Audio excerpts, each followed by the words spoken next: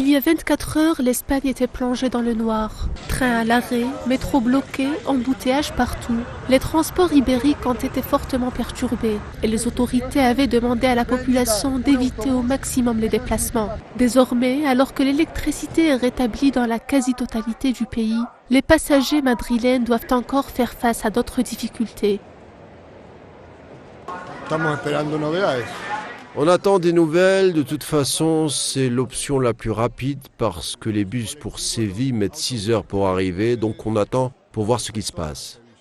Dans la plus grande gare d'Espagne, des foules de voyageurs attendaient ce matin pour monter à bord des trains ou pour réserver de nouveaux billets à cause des voyages annulés ou perturbés. À la gare d'Atocha à Madrid, des centaines de personnes se tenaient près des écrans attendant les mises à jour. J'ai le billet aujourd'hui à midi, mais je ne sais pas comment ça se passe. En ce moment, il y a beaucoup de monde, très peu d'informations. Je ne sais pas où le prendre, c'est encore un peu le bazar.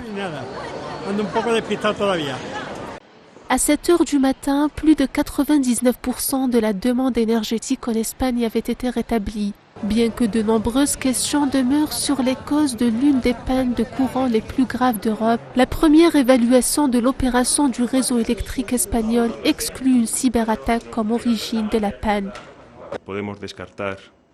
Nous pouvons exclure un incident de cybersécurité survenu au sein des installations du réseau électrique, du centre de contrôle du réseau électrique. Ce matin, nous avons pu confirmer qu'aucune intrusion dans les systèmes de contrôle du réseau électrique n'a pu être à l'origine de l'incident survenu lors du développement de l'interconnexion.